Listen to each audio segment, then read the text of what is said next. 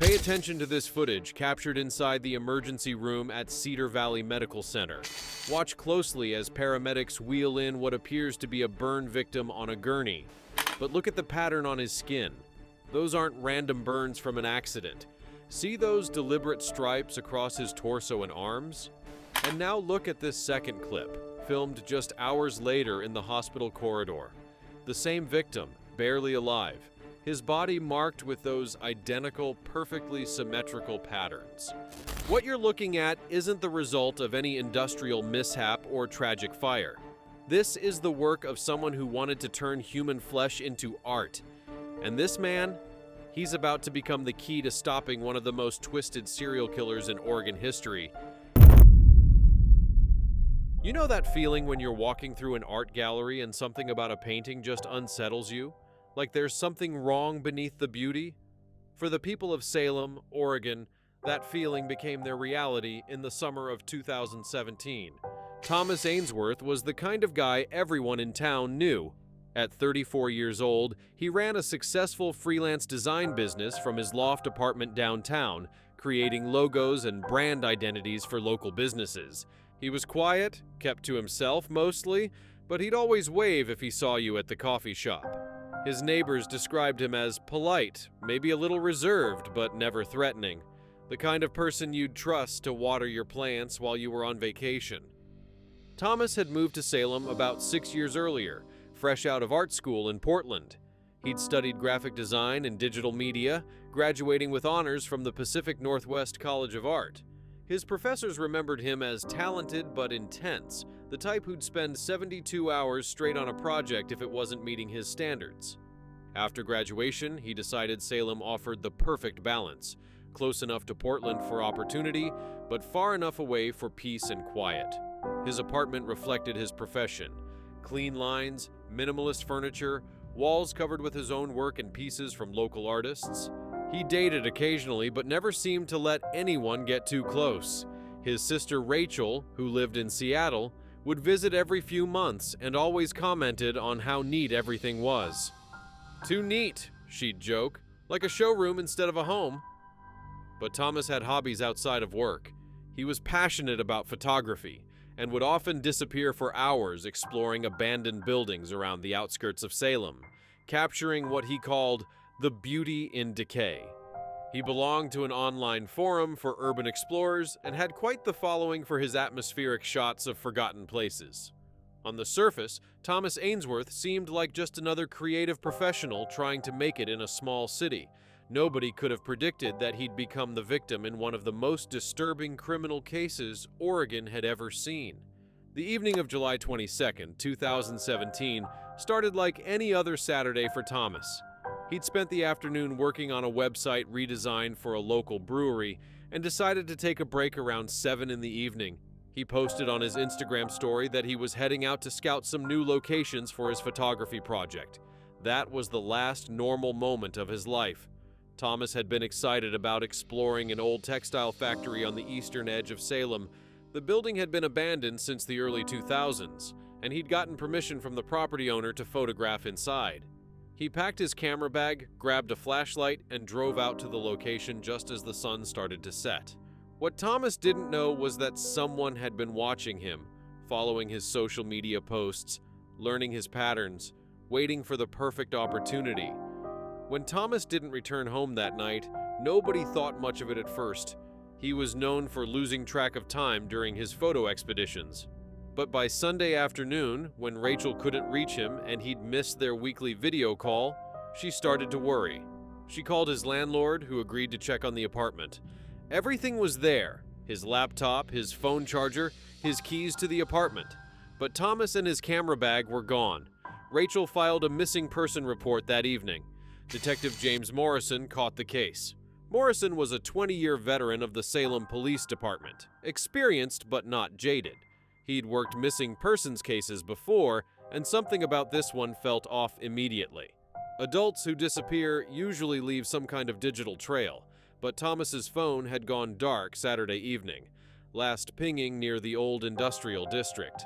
The first 48 hours of any missing person case are critical, and Morrison knew it. He assembled a team and started canvassing the area where Thomas's phone last registered. They found his car parked outside the abandoned textile factory on Monday morning. The driver's side door was unlocked, and his camera bag sat on the passenger seat. But there was no sign of forced entry, no struggle, nothing that screamed foul play. It was like Thomas had simply vanished. But here's what made it even more horrific. While Morrison's team was processing Thomas's car, another call came in. A jogger had discovered a body in Forest Park, about 8 miles away from the textile factory. The victim was male, in his early 20s, and had been dead for approximately 3 days. But what made the responding officers immediately contact Morrison was the condition of the body. The victim's skin bore unusual burn marks, not random or consistent with fire damage. These burns formed deliberate patterns, stripes that covered his torso, arms, and legs. It looked almost decorative, like someone had painted designs onto his flesh with acid or some corrosive chemical. The medical examiner, Dr. Patricia Hayes, had never seen anything like it in her 15 years on the job.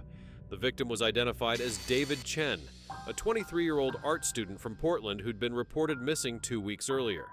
David had told his roommate he was meeting someone about a modeling opportunity for an art project. He'd seemed excited about it, said the pay was good. That was the last time anyone saw him alive. Morrison felt his stomach drop when he made the connection. 2 men, both involved in the art world, both missing under strange circumstances, and one of them marked with these bizarre, deliberate burn patterns. This wasn't a coincidence. The investigation kicked into high gear. Morrison put out alerts to neighboring counties, asking about any similar cases or missing persons with connections to the art community. Within 24 hours, he got hits. 2 more bodies had been discovered in the past 18 months, one in Eugene and another in Bend. Both male, both in their 20s or 30s, both with those same distinctive stripe patterns burned into their skin. Dr. Hayes performed the autopsy on David Chen and discovered something that made everyone's blood run cold. The burns had been inflicted while David was still alive. The chemical composition suggested a custom-made mixture, something that would burn slowly, deliberately.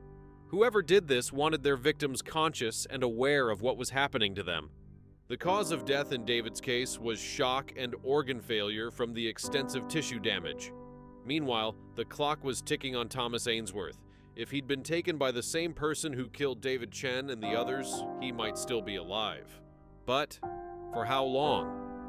Morrison and his team started building a profile. The killer was methodical, patient, and had knowledge of chemistry. The victims all had some connection to art or design. The patterns burned into their skin suggested an aesthetic motive, like the killer saw this as some form of creation rather than destruction. Then came the break they desperately needed. A witness came forward, a woman named Jennifer Park, who'd been photographing the same abandoned buildings around Salem that Thomas frequented.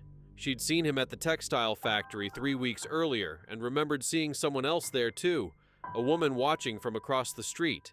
Jennifer had thought it was odd at the time but hadn't reported it because nothing happened. Jennifer worked with a police sketch artist and described a woman in her late 20s with short dark hair and distinctive tattoos on her forearms. The sketch was distributed to local law enforcement and media outlets, but time was running out. On July 27th, exactly 5 days after Thomas disappeared, a construction crew working on a demolition project in West Salem made a horrifying discovery. Behind a false wall in an old warehouse, they found what could only be described as a studio. Photography lights, cameras on tripods, a medical gurney, and containers of chemicals lined up on metal shelves. The walls were covered with photographs, dozens of them, showing the bodies of the victims with their stripe patterns at various stages of completion. And there, on the gurney, was Thomas Ainsworth, barely alive. The paramedics who responded to that warehouse said they'd never forget what they saw. Thomas was conscious but in severe shock, his body covered in those now familiar burn patterns. The stripes across his chest and arms were precisely placed, almost like a zebra's markings.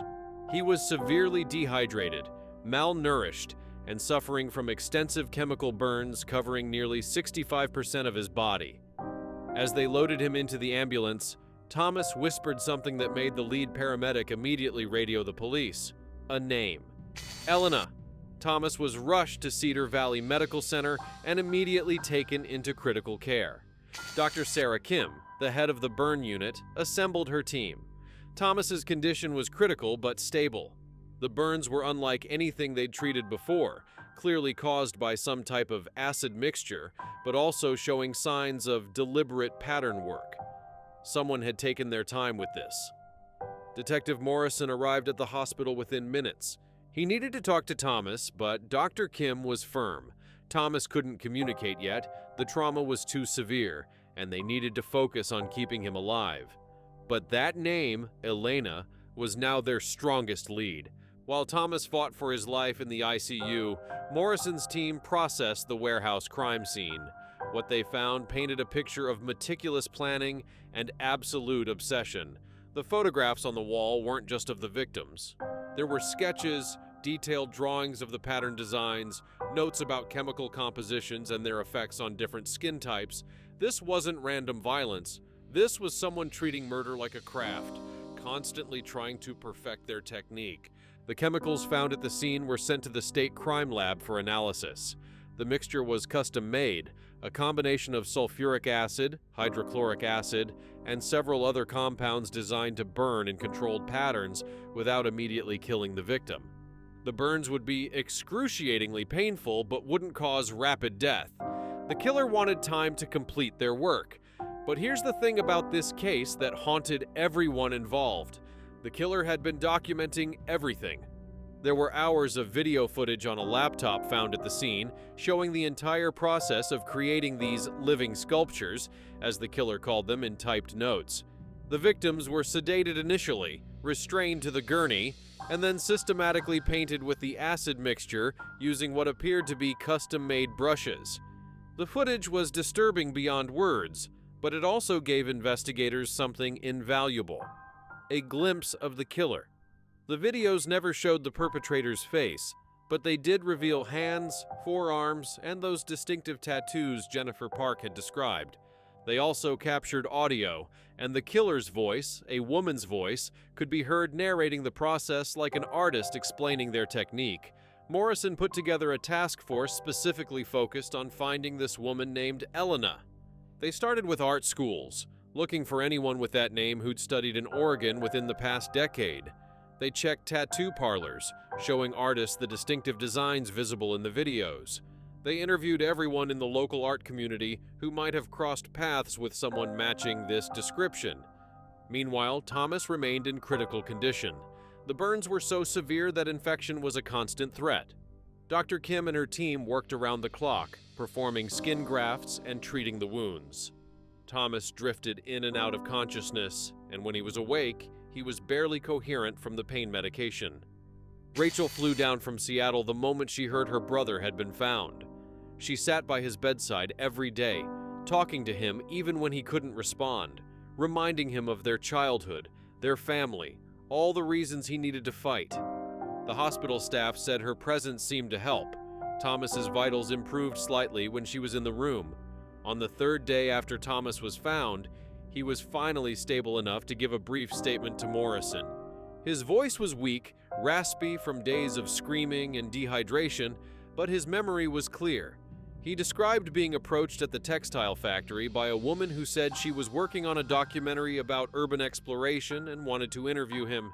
She seemed professional, knowledgeable about photography, and Thomas saw no reason to be suspicious. They'd talked for maybe 20 minutes before she offered him bottled water. That was the last thing Thomas remembered clearly before waking up restrained in that warehouse.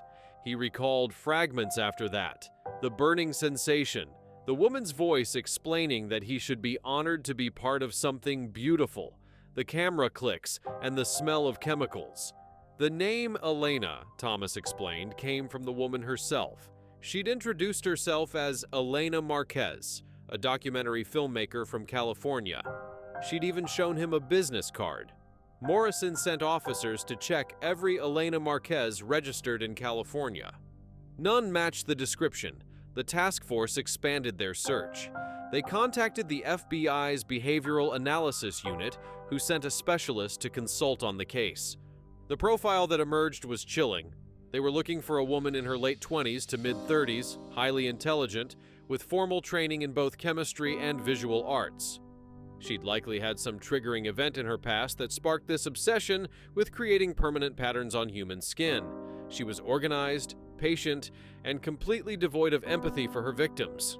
But what really bothered the profiler was the escalation. The first victim they knew about had been killed quickly, the patterns were simpler, almost experimental. With each subsequent victim, the patterns became more complex and the victims were kept alive longer. Thomas had survived nearly 5 days. The killer was getting bolder, more confident. If they didn't catch her soon, there would be more victims. The break came from an unexpected source. A former student at Portland State University saw the sketch on the news and contacted the police. She recognized the tattoos. They belonged to someone she'd been in an advanced chemistry class with 4 years earlier. Her name wasn't Elena Marquez. It was Elena Caldwell, and she'd been obsessed with a concept she called dermal artistry, the idea of using chemical reactions on skin as a permanent form of body art. The name Elena Caldwell opened up the entire case. Morrison's team pulled her background, and everything started making terrible sense. Elena Caldwell was 29 years old, originally from Santa Fe, New Mexico. She'd been a dual major at Portland State, chemistry and fine arts, graduating 5 years earlier with a 4.0 GPA. Her professors remembered her as brilliant but concerning. She'd done an independent study project on chemical reactions in organic tissue that had made several faculty members uncomfortable. Her senior art thesis had been titled Permanence Through Pain, exploring the idea of using controlled tissue damage as an art form. After graduation, Elena had been accepted into a master's program in biochemistry, but dropped out after just 1 semester. According to university records, there'd been an incident in the lab where she'd been conducting unauthorized experiments. She'd been asked to leave quietly to avoid a formal investigation. For the next year, her trail went cold. No employment records, no social media presence, no credit card activity. She'd essentially gone off the grid. Then, about 2 years ago, she resurfaced in Eugene, working at an art supply store under a different name, Victoria Reeves. The timeline matched up perfectly with when the first victim had been discovered. Morrison obtained surveillance footage from businesses around Eugene where Elena had worked. They distributed her real photo to every law enforcement agency in the Pacific Northwest.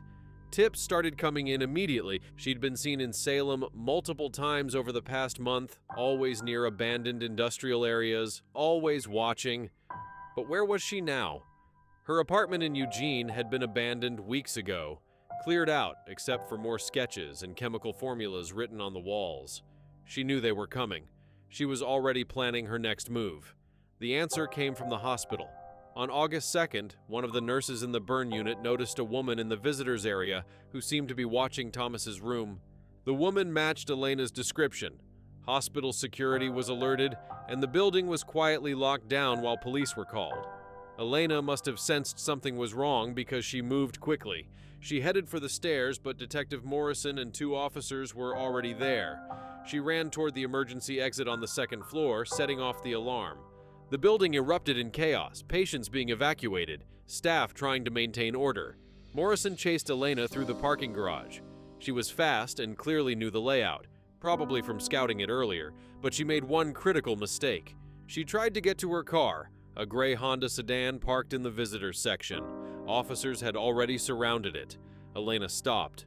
For a moment, Morrison thought she might surrender. Instead, she reached into her jacket.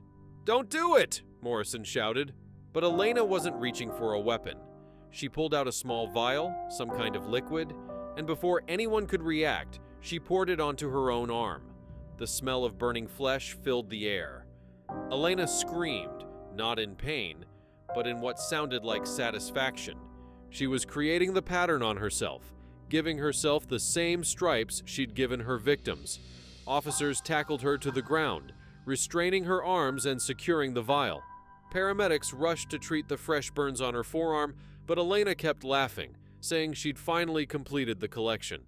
They found her apartment that same evening, the real one she'd been using. hidden behind a fake lease under yet another name. What they discovered there answered so many questions. The walls were covered floor to ceiling with photographs and sketches, not just of her victims but of animals, particularly zebras, tigers, anything with striped patterns. There were journals filled with her thoughts, her philosophy about beauty and pain, her belief that human skin was the ultimate canvas, and that permanent marking through controlled trauma was the highest form of art. One journal entry explained why she'd returned to the hospital. She wanted to see Thomas alive, to witness what she called her masterpiece in survival. The other victims had died during the process, but Thomas had endured. In Elena's twisted mind, that made him special, proof that her technique was improving. But remember that footage from the pre-intro? The clips showing Thomas being brought into the emergency room and later in the hospital corridor? Those weren't taken by the hospital or news crews. They were filmed by Elena herself during her surveillance of the hospital. Investigators found her phone with those exact videos on it, proof that she'd been stalking Thomas even after he'd been rescued, planning to either finish what she started or create some kind of documentation of her living artwork. The evidence against Elena was overwhelming. The videos from the warehouse, the chemicals that matched the mixture used on the victims, her DNA at the crime scene, and Thomas's identification of her as his attacker. But the most damning evidence came from Elena herself. She didn't deny anything. In fact, during her interrogation, she seemed proud. She described in detail how she'd selected her victims, how she'd perfected her chemical mixture, how each person had reacted differently to the process. Dr. James Richardson, a forensic psychologist brought in to evaluate Elena, concluded that she showed signs of extreme narcissistic personality disorder combined with a complete lack of empathy. She genuinely believed she was creating art and couldn't understand why people viewed her actions as evil. In her mind, she was an innovator, pushing the boundaries of what art could be. The trial was scheduled for March 2018, but before it could begin, Elena's lawyers tried to argue she was not competent to stand trial due to mental illness. Dr. Richardson and 3 other psychologists evaluated her extensively. Their conclusion? Elena was mentally ill, but she understood right from wrong. She knew her actions would harm others. She simply didn't care. She was ruled competent to face trial. The trial of Elena Caldwell began on April 16, 2018, and lasted 3 weeks. The prosecution presented a mountain of evidence, testimony from survivors like Thomas, and statements from the families of David Chen and the other victims. The defense tried to argue that Elena's mental illness diminished her responsibility, but the jury wasn't convinced. On May 8, 2018, Elena Caldwell was found guilty on 4 counts of first-degree murder, 1 count of attempted murder, 5 counts of kidnapping, and multiple counts of assault with a deadly weapon and torture. The judge called her crimes among the most depraved and calculated he'd encountered in his 30 years on the bench. Elena was sentenced to 4 consecutive life terms without the possibility of parole, plus an additional 85 years for the other charges. Thomas Ainsworth spent 7 months in the hospital, undergoing multiple surgeries and skin grafts. The physical scars would never fully disappear, but he was alive. He moved to Seattle to be closer to Rachel and started the slow process of rebuilding his life. He eventually returned to design work from home, though he gave up urban exploration photography entirely. In 2019, Thomas began speaking publicly about his experience, working with victims' advocacy groups, and raising awareness about the psychological trauma that comes with surviving violent crime. The families of David Chen, Richard Palmer, Austin Webb, and Marcus Thompson, the other victims, created a memorial scholarship at Portland State University for students studying art and chemistry, turning Elena's crimes into something that could help future students pursue those fields ethically and compassionately. Thomas Ainsworth carries the physical reminders of Elena Caldwell's obsession every day, but he also carries something else, a determination to not let those scars define him. He found strength in survival that he never knew he had, and while the stripe patterns on his skin will never fade, neither will his resolve to live fully despite them. Elena remains in Oregon State Penitentiary, still maintaining that her actions were justified as art. She's eligible for no appeals, no parole hearings, nothing. She'll die in prison. This case changed how law enforcement views crimes involving chemical weapons and forced investigators to think differently about perpetrators who view their violence as artistic expression. It reminded everyone that sometimes the most dangerous people are those who don't see their victims as human beings, but as materials for creation. Thomas Ainsworth, David Chen, Richard Palmer, Austin Webb, and Marcus Thompson deserved so much more than to become part of someone's twisted vision. We remember them not as victims, but as people who lived, who created, who mattered to the people who loved them. Their lives meant something far beyond the pain Elena Caldwell inflicted, and that's how they should be remembered.